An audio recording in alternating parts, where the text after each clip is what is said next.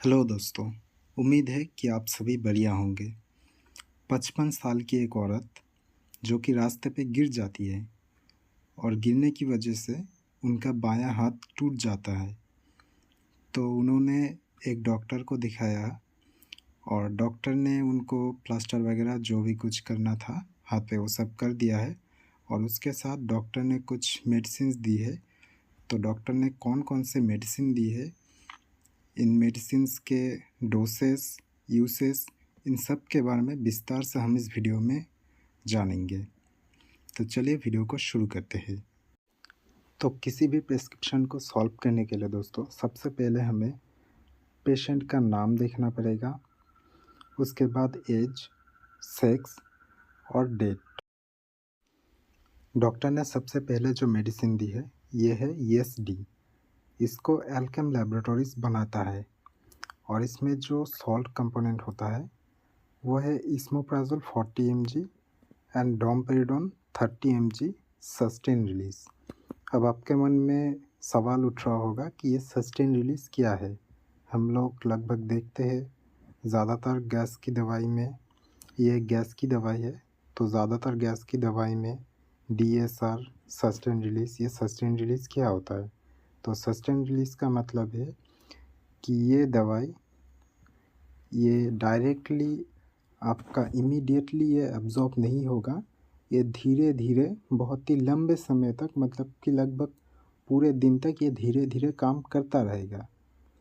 ये एक बार में ही डिज़ॉल्व नहीं होगा, ये धीरे धीरे पूरे दिन तक ये काम करता रहेगा। इसको खाने का जो डोज दिया है डॉक्टर ने वो है BDAC, मतलब कि सुबह एक गोली एंड रात को एक गोली खाने से पहले 10 दिन के लिए बोला है नीले। उसके बाद यह है स्विच CV 325। इसको भी अल्केम लैबोरेटरीज बनाता है।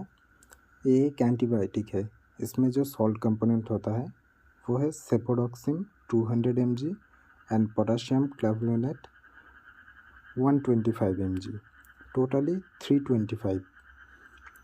तो सेफोडॉक्सिन एक सेफलोस्पोरिन क्लास का एंटीबायोटिक है एंड पोटाशियम क्लावुलिनेट जो है इसके साथ दिया जाता है ताकि इसके स्ट्रेंथ को और भी बढ़ाया जा सके, क्योंकि कभी कभी कुछ बैक्टीरिया जो होता है वो बीटा लैक्टामेस नामक एक एंजाइम तैयार करता है जो सेफोडॉक्सिन को, जो कि सेफोडॉक्सिन के स्ट्रेंथ को घटा देता है।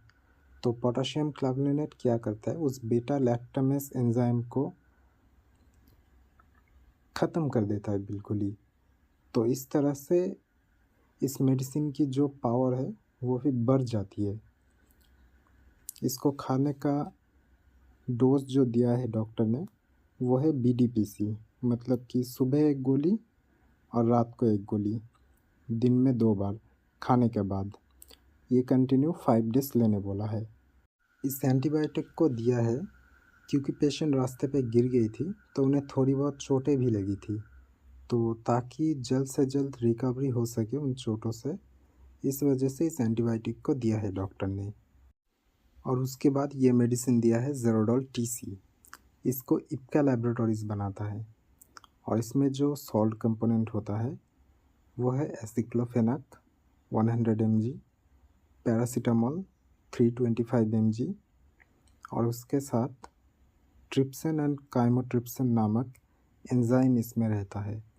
एसिक्लोफेनाक है जो है ये एक non steroidal anti inflammatory drug है। ये पेन के लिए ये यूज़ होता है।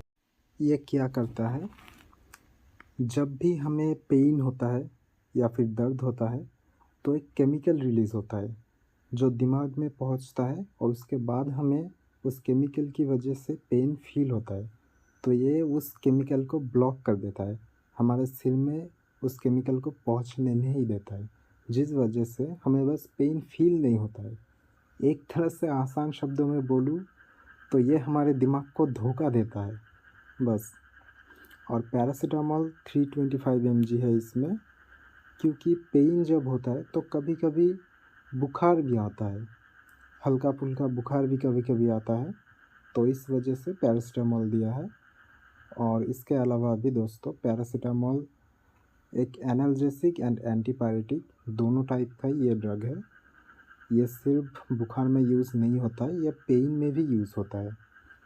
और उसके बाद काइमोट्रिप्सिन एंड ट्रिप्सिन नामक ये एंजाइम ये सूजन के लिए या फिर स्वेलिंग के लिए ये यूज़ होता है। तो आसान शब्दों में बोलूँ तो ज़ेरोडॉल टीसी को दिया है डॉक्टर ने, क्योंकि पेशेंट गिर गई थी तो उनका हाथ टूट गया और उन्हें दर्द भी हो रहा है और साथ ही में स्वेलिंग भी है। तो उस दर्द को कम करने के लिए, साथ ही में स्वेलिंग को कम करने के लिए ये मेडिसिन दिया है। डोसेस की बात करूँ तो इस मेडिसिन को डॉक्टर ने BDPC मतलब कि दिन में 2 बार, सुबह एक टाइम और रात को एक टाइम, 2 टाइम खाने के बाद लेने बोला है, कंटिन्यू 5 डेज़। उसके बाद यह है जेमकल DS। इसको एल्केम लैबोरेटरीज बनाता है। इसमें जो कंपोजिशन होता है कैल्शियम 500 mg।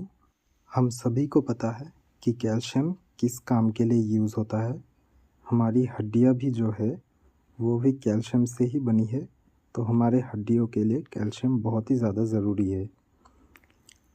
और उसके बाद कैल्सिट्रॉल इसमें होता है 0.25 माइक्रोग्राम। कैल्सिट्रॉल जो खाने में से जो कैल्शियम है उसको एब्जॉर्ब करने में मदद करता है। और विटामिन K27 100 माइक्रोग्राम। ये जो है जब कभी भी ब्लीडिंग होता है, कट लग जाए या फिर कुछ और हो जाए, जब भी ब्लीडिंग होता है तो एक खून में थक्का बनने का भी काम करता है और उसके साथ ये हमारे हड्डियों को भी स्वस्थ रखता है।